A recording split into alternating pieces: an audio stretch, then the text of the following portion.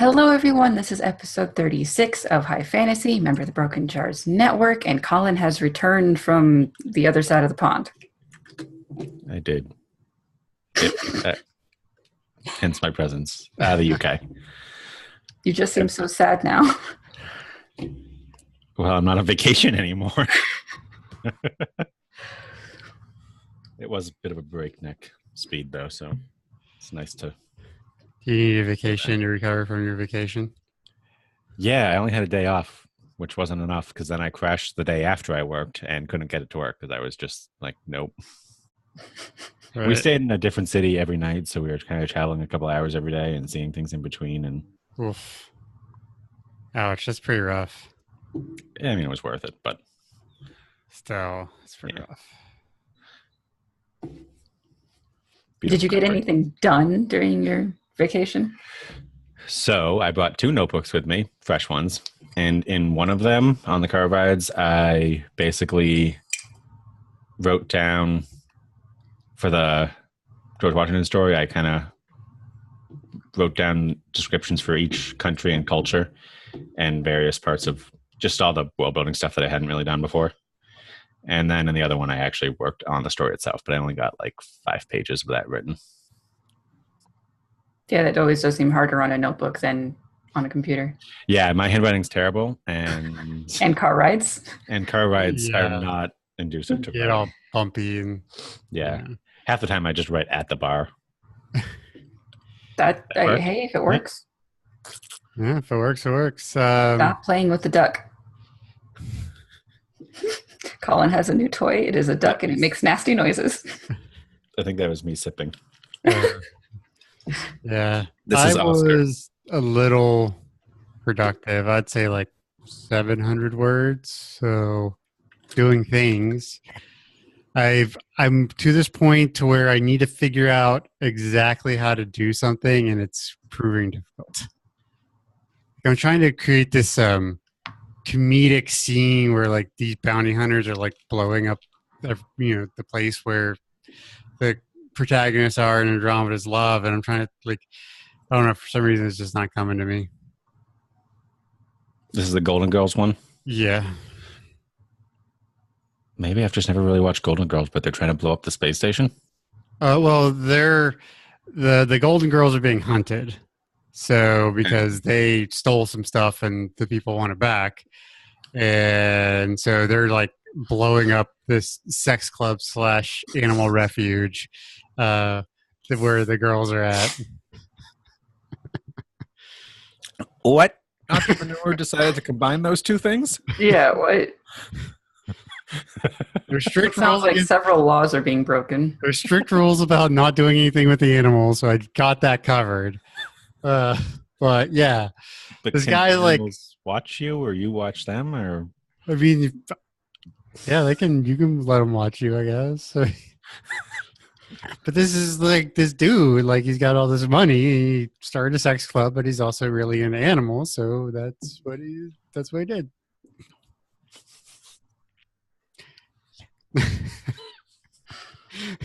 Alex is having a hard time wrapping her. I'm trying to contain myself from saying nasty shit. When have you ever done that in the history of I'm trying. Just be free. I bet he's into animals.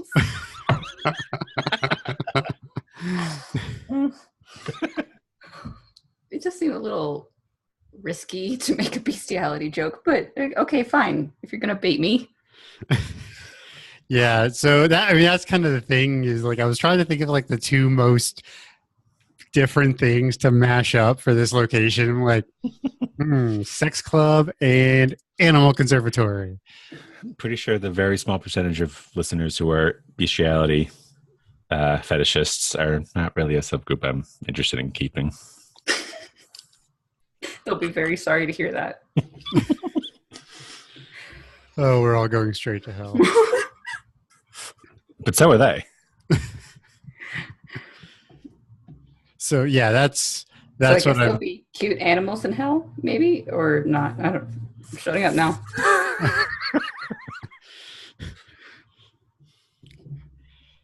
But yeah, I've been drawing.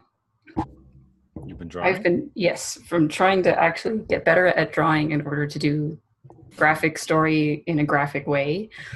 It has been weirdly haphazard. Like, I expected more difficulty drawing bodies when I started. Turns out that was easier than faces. So I focused on faces for a couple days, and women's faces got super easy and men's faces got okay. But I'm trying to figure out how to show like a slightly aged character, and that's been stumping me the past couple of days. Because I can make someone look 20 or I can make them look 60. I can't make them look 45. Draw the 20-year-old and give him gray hair. I guess. It needs work. I don't know if most 45-year-olds have gray hair, but Depends. Yeah, it's just like it's hard to show that in between, but I know it's possible. Good luck with that. Thank you. I have I cannot draw, so I have no advice. I can't draw at all either. Yeah, so it's like I wish I could help, but there's literally nothing I can do to help you. Like me trying to help would probably actually hurt the entire process. Yeah, it's a weird sort of torture because I'm not that good at it. I'm good enough to be frustrated with how not good I am at it. And Yeah, at least you're understanding your abilities. sort of. Well, at least you're honest with yourself. Instead of, like a lot of people who are like, "Oh yeah, I'm totally awesome," and then they actually suck. Well, like as I'm trying something, it's like, hey, that's like symmetrical or proportional. That's really cool. But the next day I look at it, it's like, and I don't like it. I'm trying to doing it like almost every day. I've been doing it at least a few minutes. Nice. One day I will actually start drawing this thing. Okay. The topic is an easy one because we're not all that together and we're still recovering, I think, from Colin's vacation. Well, I just got back from Washington D.C. about an hour and a half ago. Actually got to hang out with our patron Tyler. Oh, nice. Yeah, came up to D.C. So was he the one on last week? Yeah. Okay. Yep. So it's cool seeing him. Washington D.C. is just a cool place in general. So It is. but like I was looking at my fitness tracking information. It did like 42,000 steps in 3 days. Damn. Yeah. You walk everywhere, you know. The day we did our hike in Snowdonia was 33,000 steps, I think. Wow, that's what 8 miles is it? It's 5,000 steps a mile, right? Or is it 2,000 a mile? 2,000, I think. Yeah, so it's We did something like 101 miles walking. Jesus, it's crazy. And now I'm going to sit back and lose all that fitness. Well, let's start ranting with the So is it just book series that Or is it books, just books? anything you enjoyed that Stories. you still, any story you enjoyed that you still have a major beef with. Go ahead. Yeah, I guess- Colin's locked and loaded. I mean, not so much, but I can start. Neither of you have read Wheel of Time. I know some of it. Yeah, you read enough to understand that when I say gender politics, it's a big aspect of the story, Yeah. and it is sometimes excessive. So I read the first book, and my mom read, I think, the whole series, and I would just like ask her questions about it because I wasn't up to reading that massive amount of paper.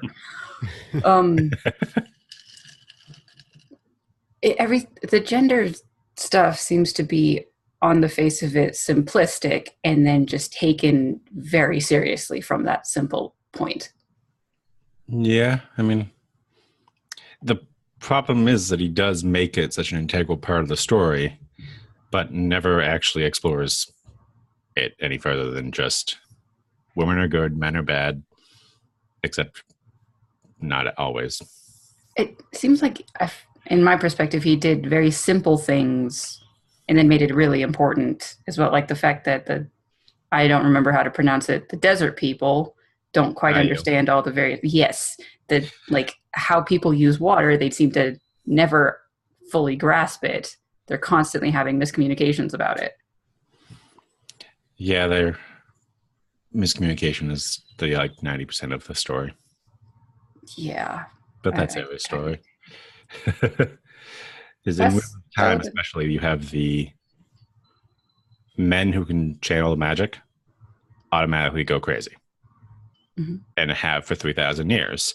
So there's an inherent distrust for any man in charge of things, pretty much.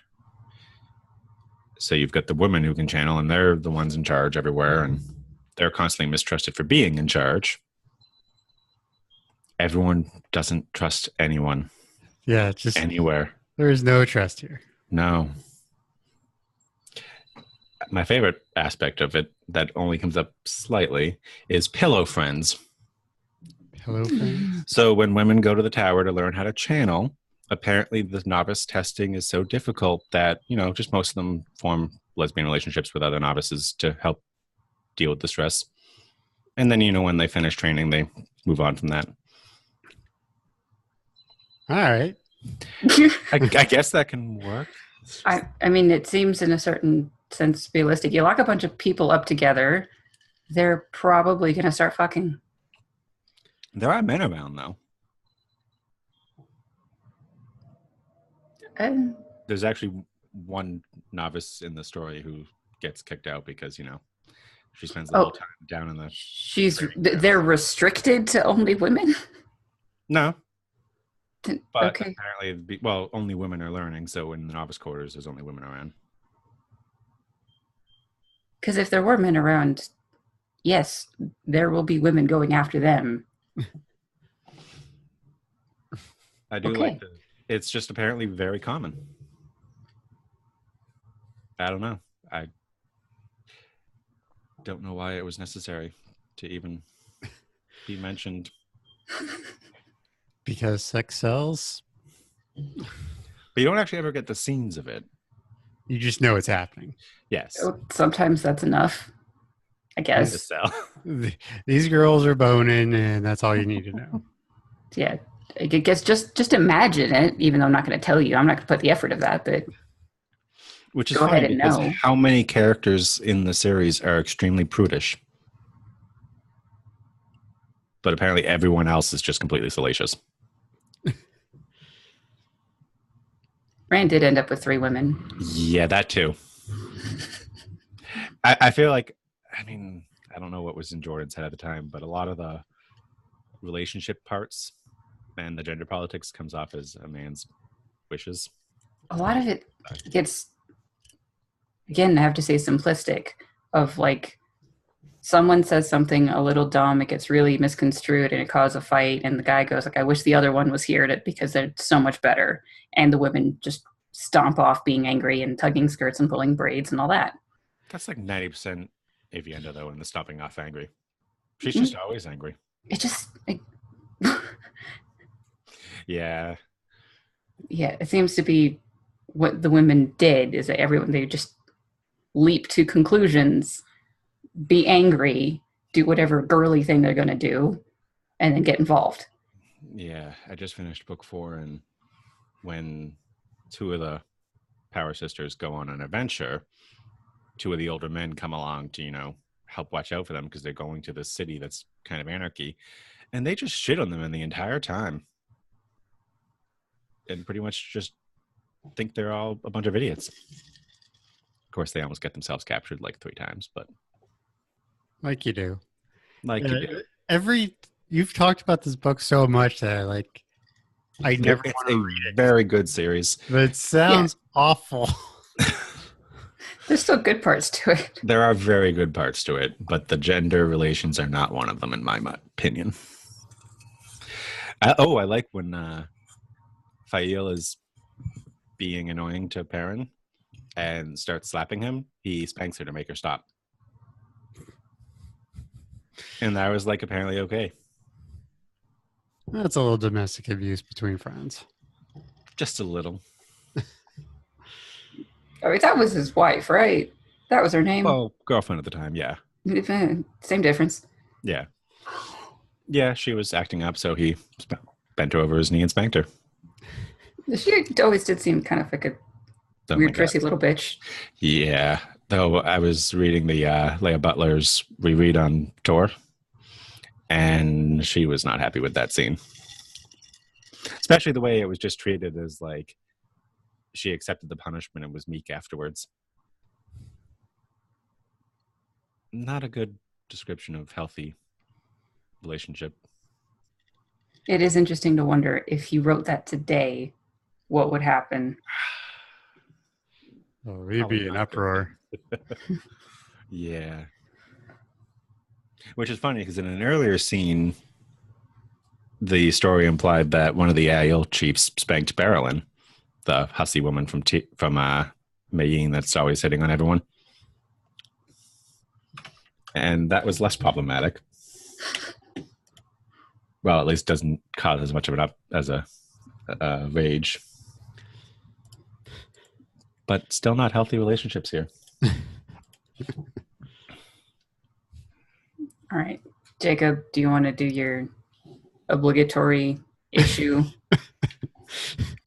I mean, I can. I mean, everyone who listens to this podcast knows I hate the introduction of children for children's sake. So, like, it got introduced in Dresden, and it wasn't terrible, but it wasn't good either.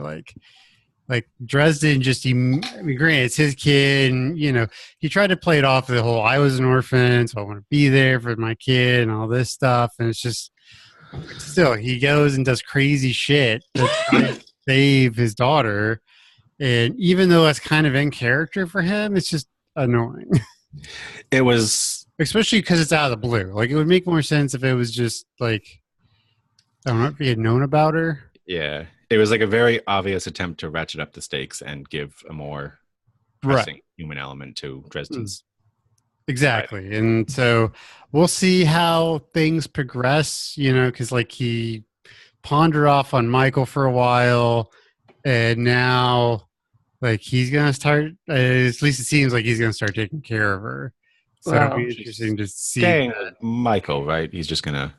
Have you read Briefcases? Not yet. Is it out? Yeah, yes, it is out. Mm-hmm. I was away. I'm sorry. Well, it has some mentions of her, especially in the news story that came out with it called Zoo Day. And we will be dissecting it in the Dresden podcast soonish. But I don't want to spoil it that much here. I hate that. I hate the kid trope. Like, it was terrible, and then they did it in Scrubs. It ruined Gilmore Girls. Like, there were so many shows where I'm just like, nope, I'm out. When they do like the long lost child that, you know, shows up just to cause strife. Well, like, I think that's just let these people be happy. For fuck's sake. Not that, but 5 minutes. That's part of what I loved about Seinfeld is they really never introduced anything into the story that stayed longer than any 5 minutes. Yeah. But so yeah, that's my obligatory. I hate children. What other stories have unexpected children? I heard this great quote. It was every generation, liberty is assaulted by marauders. We call them children. Like, yes, that's exactly how I feel about kids. I haven't read it yet, but doesn't the Twilight series get super weird where they have like a magic baby kid that grows up really fast and then her ex-boyfriend werewolf guy falls in love with her suddenly rapidly aged daughter thing? Yes. So, what the fuck? Okay, I can explain this. And that's a little problematic. So when human women get impregnated by vampire men, the pregnancy is accelerated. She went through a whole pregnancy in like 6 weeks. And sounds like hell. Yeah. There was no way that she was going to survive the birth. Doesn't he give her a C-section with his teeth? No. I thought I read that. No. But during the birth, she had to be converted into a vampire because it's the only way that she was going to survive. And the baby was actually ripped out of her. Because bad timing, baby was dying, she was dying, all sorts of shit. And the werewolves they have this thing they would imprint on people that it would just be like their soulmate forever. And Jacob, her ex-boyfriend sort of person, imprinted on her baby. Baby was still, yeah. And it becomes very innocent when that happens because all they do is they want that person to be very happy. And this baby just happens to be aging up. Like she'll be like an adult, I think by the age of 15 or 12 or 15, some kind of that. And then she just stay that way forever because they stop aging after a point, but there is an accelerated growth period still. It was weird. Sounds like it. Yeah, I don't know why an author would ever decide that's a good way to take a story.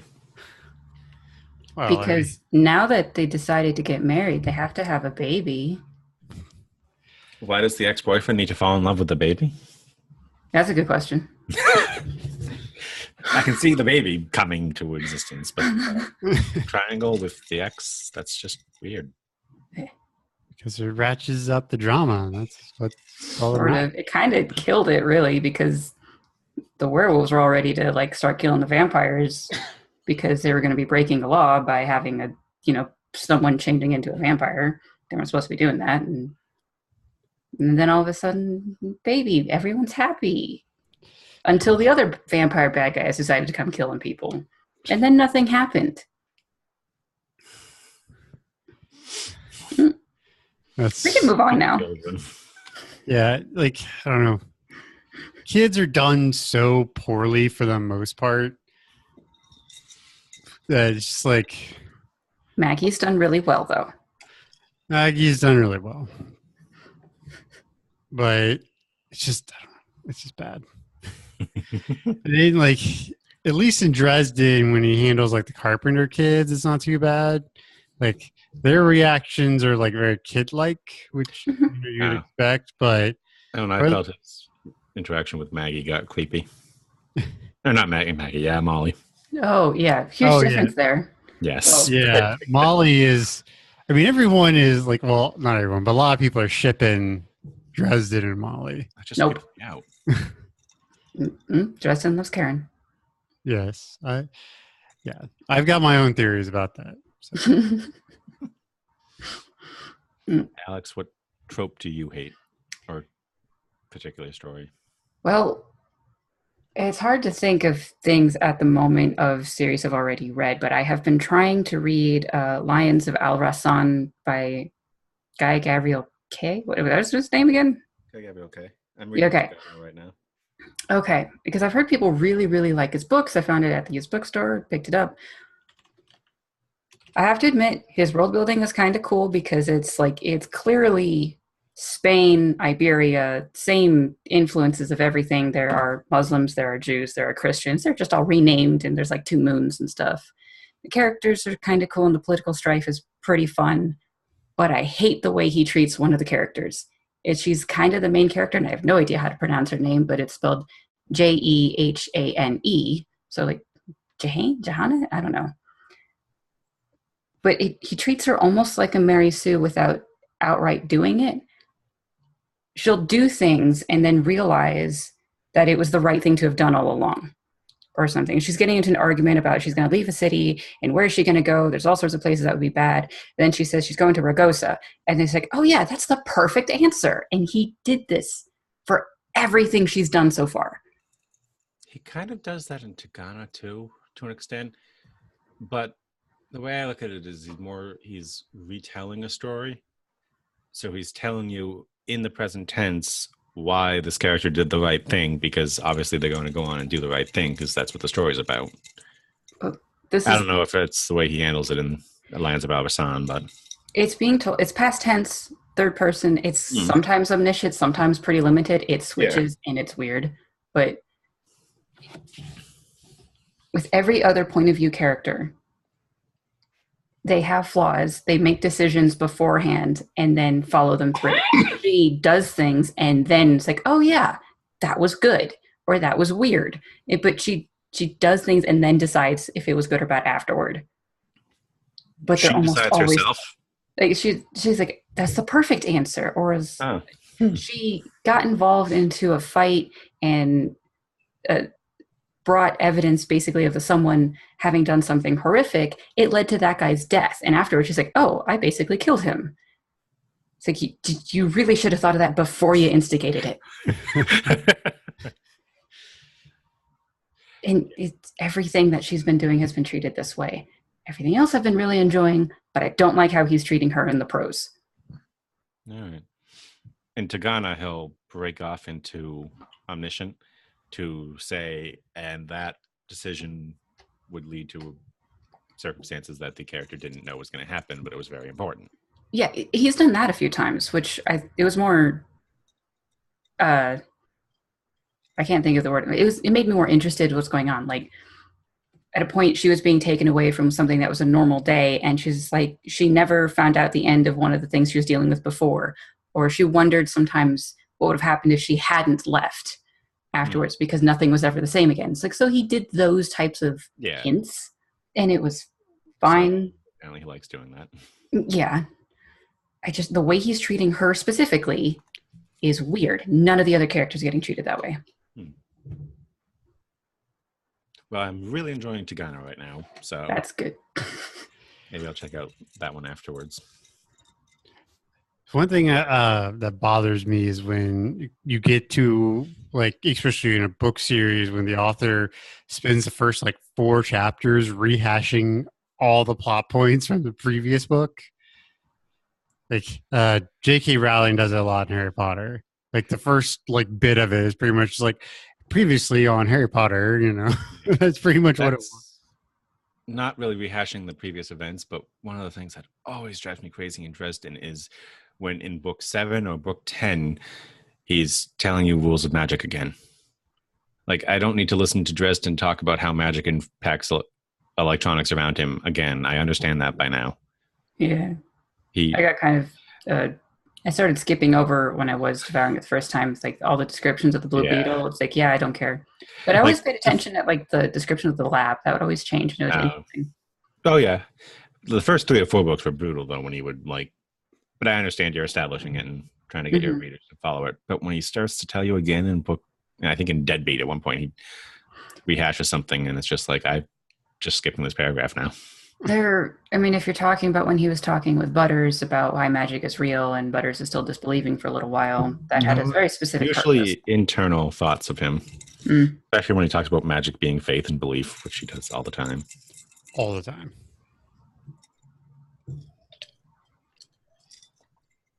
Especially as the series is now much more action-y. Not action-y, it's the first couple books you could read in any order. Just about, yeah. Just about, and I can see wanting to explaining it in every book because you don't know who's picking it up where. But now it is a series of books that you got to read in order. No, once you hit Deadbeat and beyond, I think you need to read them in order. Yeah. But you could probably pick up at Death Masks and any of the ones before that. You can read in a given order to make sure you have the pieces. Because what happens in Summer Night is pretty damn important. Oh, yeah. But you don't need it when. You just need the knowledge of it in the future. Yeah, that's what eventually, J.K. Rowling's rehashing is what eventually got me to throw in the towel on reading Harry Potter. I don't remember the rehashing is bad in Harry Potter. Bad. She would do it pretty much every first chapter because she would re-explain what happened at the end of the previous school year, and Harry would be thinking about it and always started on his birthday, and then in some fashion he would leave the Dursleys. She had a formula. Yeah. And then she broke it in book 7, which I hated. And book 4 a little. Things actually happened before the school year. That is true. He actually did something. I guess he kind of always does something, but that had actually fun events before the school year and not just terrible things that send him off to school. Like the flying car. That was fun. Yeah, it's always how does Harry get to school? Book 4 finally was like, hey, Harry's actually having a summer vacation. Those don't happen. Turns out badly.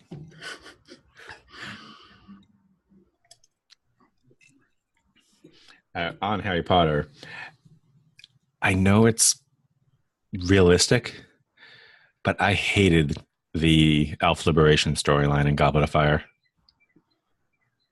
It felt like a really stupid thing to do to Hermione. It just added so much annoying drama to the storyline, and yeah, it's probably realistic for a bunch of teenagers, but it was just so annoying. It Ron kind of came off as a jackass. Hermione was just annoying. Ron's always a jackass. I don't like Ron. Like Hermione should not have ended up with Ron. I like Probably not. Hermione ending up with Ron a lot better than if she had ended up with Harry, because then it would have been too perfect if she ended up with Harry. I like her going towards the dumb one. The brave one. Someone should end up with Neville. I mean, Luna and Neville were like the perfect couple. I'm never going to get over that. But the House of Liberation Front thing bothered me as well, because it just seemed that Hermione was being obtuse in the fact that, like, these magical creatures are not human and they do not want human things. So she's forcing her human values onto them, and they did not want it. Yeah, that's pretty annoying. Yeah. I think she just needed more drama in that story, so she just threw in. Though house elves do pop up in importance every once in a while. Yeah, once in a while. And I don't think it's out of character for Hermione to pursue that agenda. But she's not very smart about it. Yeah, it's just a lack of wisdom, I guess. It's just an annoying storyline. it serves no real purpose. Yeah, it's like the only storyline in the entire series that I felt like you could just cut and no one would miss at all. I'm sure there are others, but I can't remember if that ever pays off for Hermione later in the books when house elves help her because of it. I don't think so, because I don't think they liked her. The only house elf that helped was Dobby. And Dobby just liked Harry for freeing him, but his masters were assholes. Yeah. And weird creature who definitely did not want to be free. Yeah. And then Dobby's girlfriend there, that was weird. Winky? That was Binky. Binky? I don't know, it was one of those two. Yeah, was it the Crouches? Yeah, she was the Crouches, and she became an alcoholic because she had been freed, and she didn't want it so badly. She wanted to go back to the Crouches so much she was drunk on butterbeer all the time. That's how much they did not want to be freed, and Hermione couldn't get it. I guess it's a growing moment for her. Know-it-alls don't always know it all. I'm just trying to remember if that ever actually impacts her decision-making, where she stops to think for a moment that maybe she doesn't have all the answers. I don't think so. Yeah, that one annoyed me. Especially when Goblet of Fire was as long as it was. It was already a pretty long book. Is it the longest book? No, I think Order of the Phoenix was longer. It might be longer, yeah. Right, yeah, that's right. Maybe she just needed something for Ron and Hermione to do. I think she needed a way to have Binky or Winky, whatever her name was, involved, because that was telling her what was going on with the Crouches during that book. True. It also annoys me that Harry was even in the stupid Goblet of Fire thing. Yeah, there were easier ways of doing it. Yeah, it was important. Yeah. But it's just like, of course he's going to be in it. He's the main character. You don't have to go through hoops to magically have him in. But, I mean, that's the entire point of the story, right? Like, pretty much all Harry Potter is Harry's going to get involved in these hijinks, whether he likes it or not, because he's the chosen one. Ooh. You know, so of course he's going to get in. Granted, you know, the whole Goblet of Fire thing was pretty, like, Like I feel like Voldemort and Wile E. Coyote were like texting back and forth like drunkenly one night, and that's how they came up with this plan. Also, that is an extremely stupid plan. Why in the world is the Goblet of Fire not protected by like, oh, I'll just write a random school on here and get in automatically? Like, how did no one else do that? Don't ask questions about explaining the world building. That won't get you anywhere. But like, she could have done something clever or creative and instead he just wrote a different school name on it or something. Like, what? No I one mean, else? I think they did have to say it was supposed to be like a powerful charm that bamboozled the cup, but it is weird that it wasn't protected against that because obviously other people would try to. Yeah, do it. I feel like that's the first thing Fred and George would have done is just made up schools and thrown their name in. Well, apparently the first thing was trying to age themselves. True. All right, they really couldn't do it. Yeah, because they were like just like a month or something away from being 17, and they just wanted to age themselves by a month, and then they grew beards. And then the whole thing, like, why? It's like, why don't you just not have Potter in it? Like, Yeah, it's like, the more logical thing was like this was clearly a mistake or this was weird. You're just going to sit out, and everyone else is going to compete, right? Because you're still not old enough to do it. So, like, no matter how you trick yourself in, we know already that you're not old enough. So just no, done. But no, the Goblet of Fire has spoken.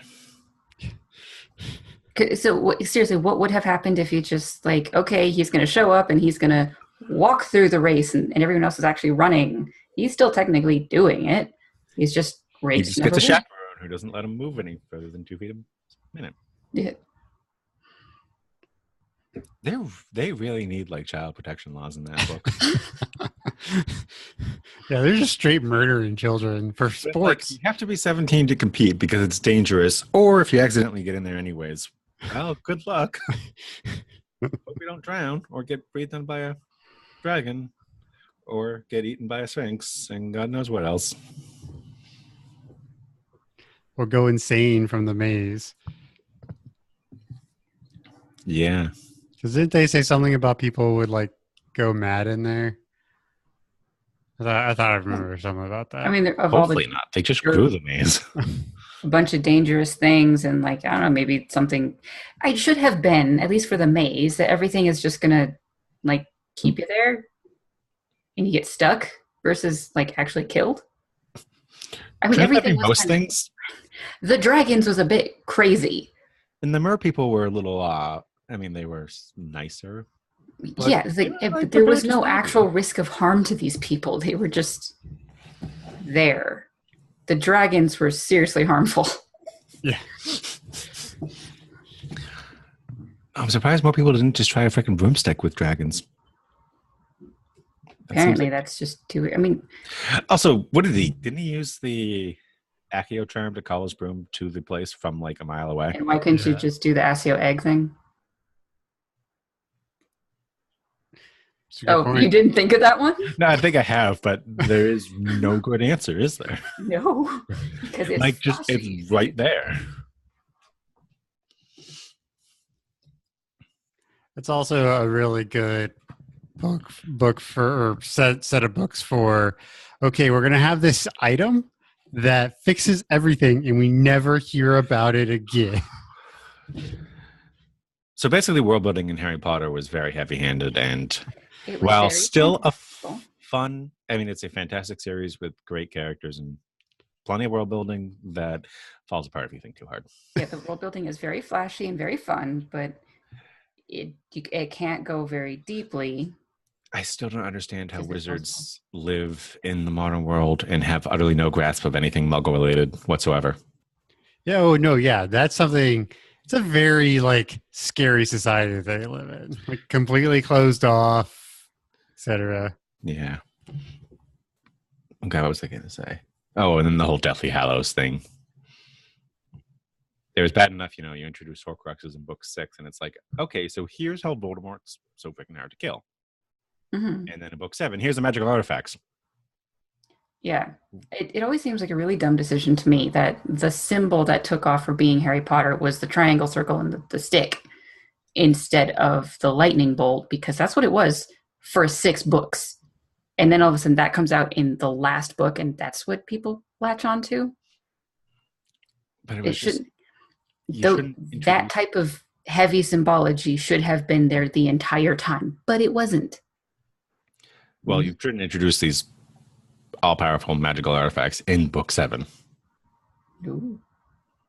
The only redeeming aspect of it was that one of them had been around since book 1. You just didn't know it. Well, technically, I guess two. Which The Oh. wand. the wand. What was the third one? The stone. Where was The fuck was the stone again? the resurrection stone? Oh. I didn't like book 7. I've Use never this one. reread it.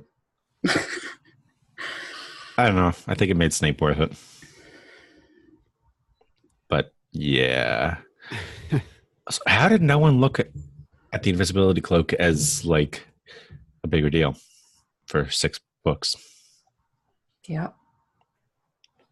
Mm. Also, that the Marauders map is very impressive when you think about it. Yeah, Yeah. that thing is OP as fuck. I mean, Well, it sees straight through an invisibility cloak, apparently. The Yeah. invisibility cloak. And it would. The thing of like, why did Fred and George let Peter Pettigrew sleep in their brother's bed for how many years? They never, 2 years. He got it. But they looking at this, they never saw that there was another name next to Ron, and it was, for example, male, and that's absolutely worth meddling Well- with your brother about. It's just pillow friends. Since you can't go to the The female. Weasleys are very accepting of alternative. But there's like, okay, so if Ron and Harry were in the same bed, oh yeah, pillow friends, but it's like, who the fuck is Peter Pettigrew? And then you find out, oh, he's dead.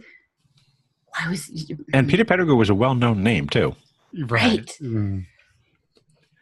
Yeah, there's one thing in Harry Potter and also in Hunger Games that I really despise is the writing is very then a miracle occurs.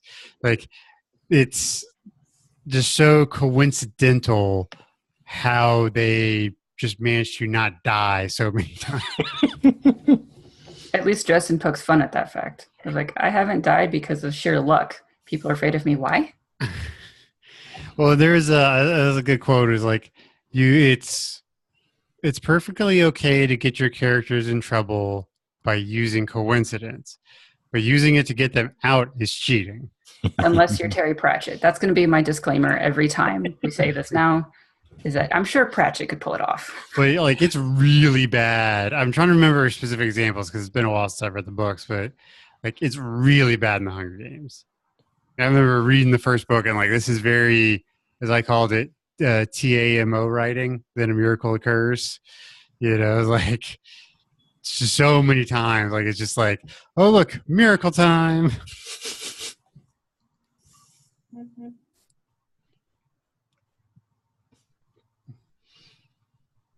Yeah, you want your character. I mean, that's goes to the inaction of main characters in plenty of series. Mm-hmm.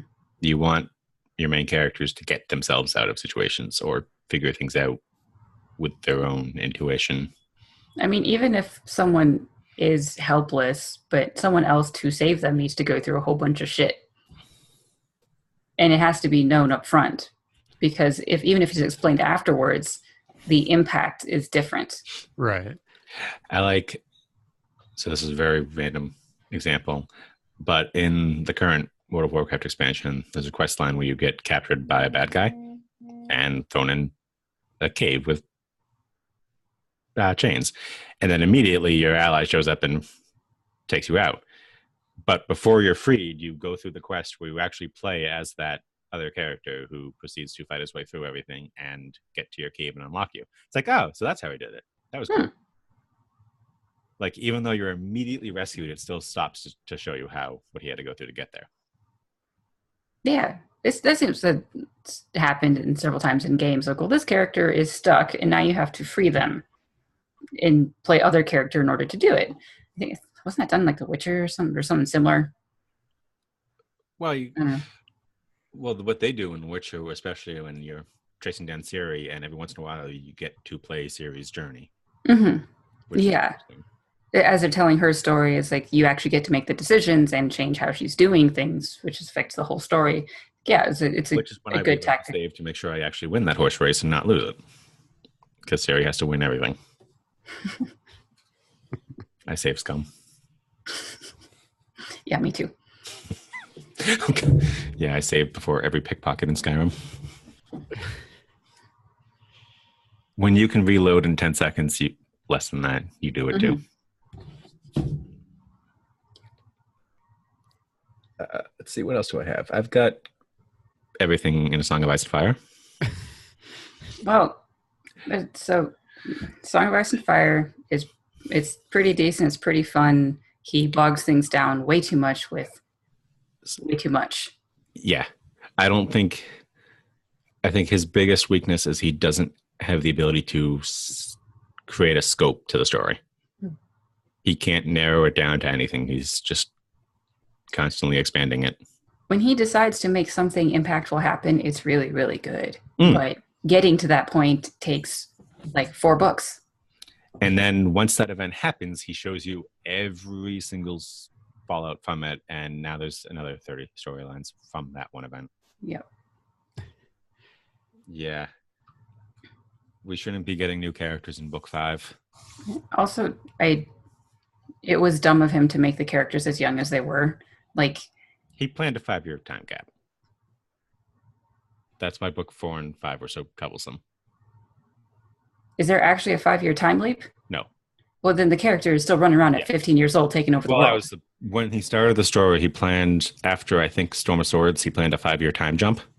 And then when he tried to write it, it didn't work, which is why Feast of Crows took so long to come out. He eventually abandoned the plan because he just couldn't do it. Oh, that's weird. Now we're stuck in the scenario we're in.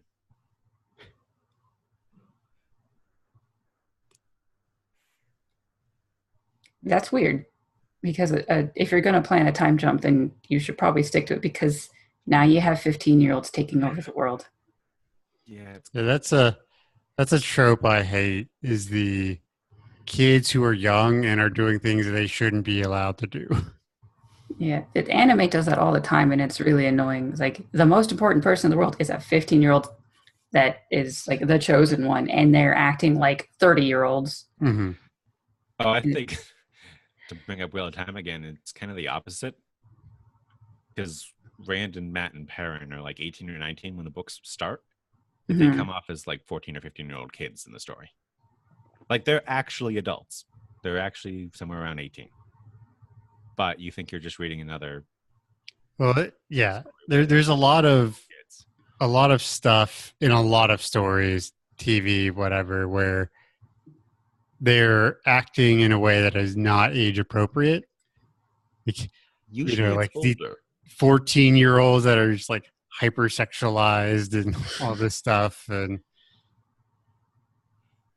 it's just, you see it all the time in a lot of different things. Age appropriate characters acting that way is something that's a little difficult. If, like, adults acting like adults, that seems simple. But I'm actually a little afraid of ever writing a character that's a child, because I don't remember exactly what it was like to be a child. I remember some things, but it's hard to remember how was I problem solving at that time. I mean, I just made fun of Rand for acting like a 15-year-old, but how mature are we at 18? Yeah, it varies wildly at 18. Yeah. So if I were to do that and have 3 18-year-olds, I'd have one acting like 15 and one acting like 25, just to like, hey, Baron acts spectrum. like the whole time. Baron acts like he's 50 the whole time. Yes, he does. And Matt acts like he's 12 because he likes to play pranks. And yes, he also is the one who likes to womanize, which is not a 12-year-old. Matt doesn't know what's going on. It's reminding me of a joke from Archer. Which joke? It was the episode that they're locked in an elevator, and now I can't remember his name. The accountant guy was trying to yell at Archer, and he was like, "You're so childish, and you're gonna go do some thing, then you're gonna have sex with someone." And Archer's like, "That's the most adult thing I could do."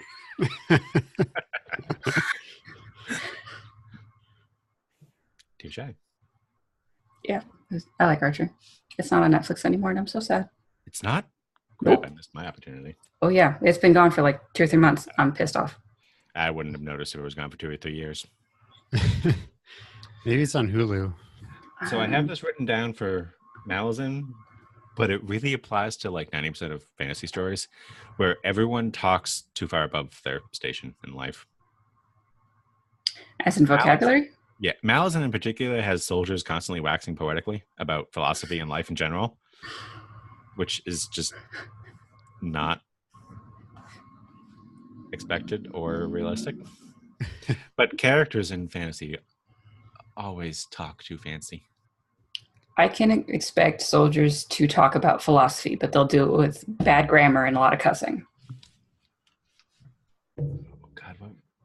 Oh, there's a character in Wheel of Time that's a soldier, and he'll occasionally complain about life and the meaning of it, but every other word is a swear. It's great. That's much more realistic. But I don't know, it just always bothers me when you've got soldiers who are like giving out these philosophical musings that could have fit Voltaire or somebody.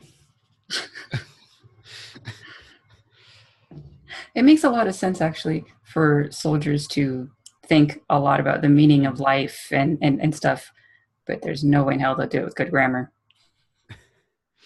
1 or 2 of them maybe, but a lot of them are just bad grammar, bad words, mispronouncing things everywhere. Especially in like typical medieval fantasy setting where all your soldiers are probably just ripped off their farms. Tend not to be the most educated of people. Yeah, I mean, that's a common thing in a lot of stories is people who have no business knowing what they know. Like either their station in life does not equate to the way they act. So like, soldiers talking too well, or the hacker who is also like the best doctor in the world, and also those kind of things. Wheel of Time also does it when the Emmeline Seat, the head of the Aes Sedai, she comes from the city of Tyr, which is primarily fishing. So every single time she talks, all of her metaphors are fishing related. But she's been the most powerful woman in the world for 10 years and has been outside of the city for like 30 or 40 years. She probably still shouldn't be using fishing girl's metaphors. But how do you identify her otherwise? I mean, it's got to be from the fishing metaphors. Yeah, that's the problem. Is it comes off as like this was the only characterization of the character. Yeah.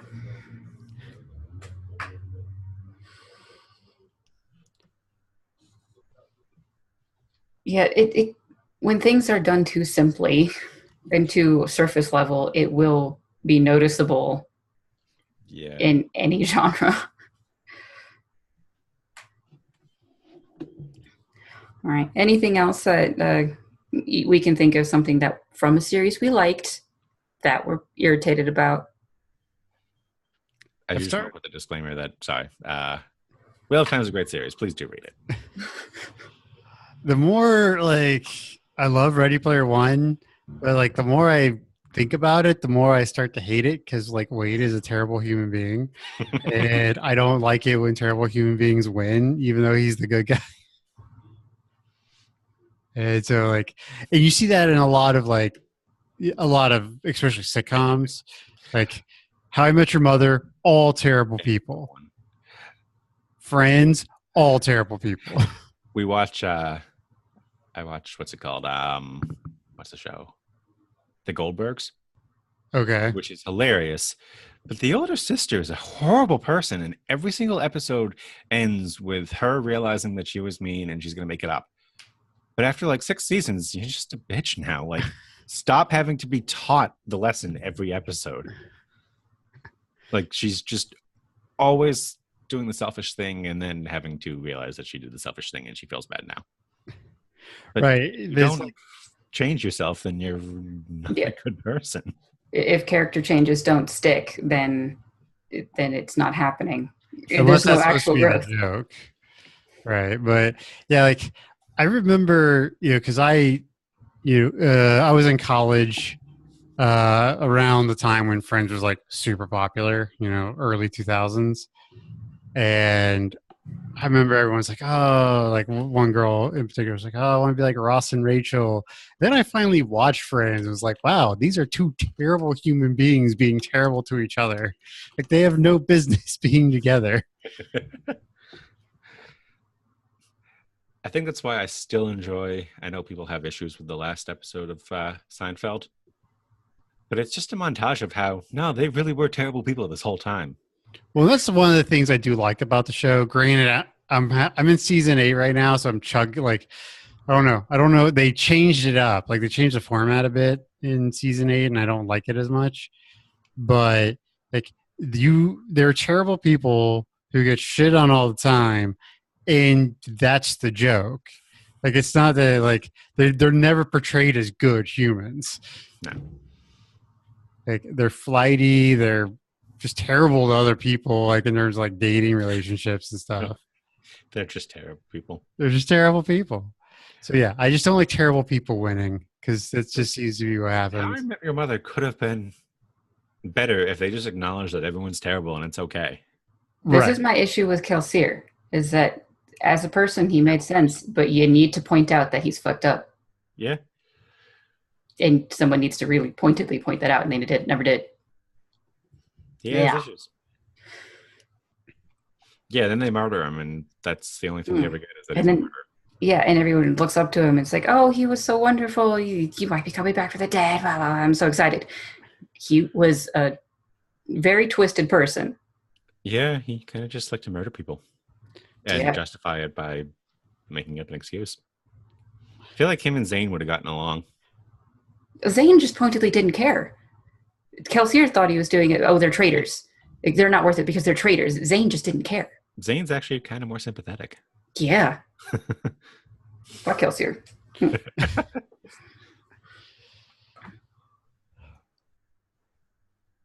So, anything else? Episodes could always go on forever. But. Yeah, I was say like I think I'm good for now. I'm sure I'll think of. I know as soon as we get off the air, I'm going to think of like 5 things. Write them down. In a couple and months, we can do another ranting episode. Exactly. The life of this podcast is ranting. We can always get enough content to have another ranting episode. Even though some of it might be regurgitated, but we can do it again. Who cares?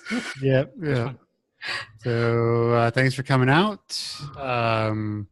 Broken Jars at XYZ, patreon.com/Broken Jars if you want to give us some of your hard-earned money. Broken Jars, broadcasting at gmail.com. Lots of other podcasts too. Lots of other podcasts, Resin Files podcast, Sim has Talk. New material to review. Eventually. We have new material and we have new people. Oh, right.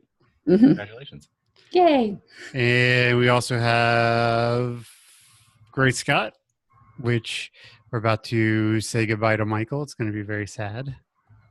And yeah, so check out the other shows. We should really do this at the beginning because no one's going to listen to this point. But that's why I say we do it at the end. Yeah, so thanks for coming out, and we'll see y'all in 2 weeks. Happy Father's Day. Happy Father's Day. Bye-bye.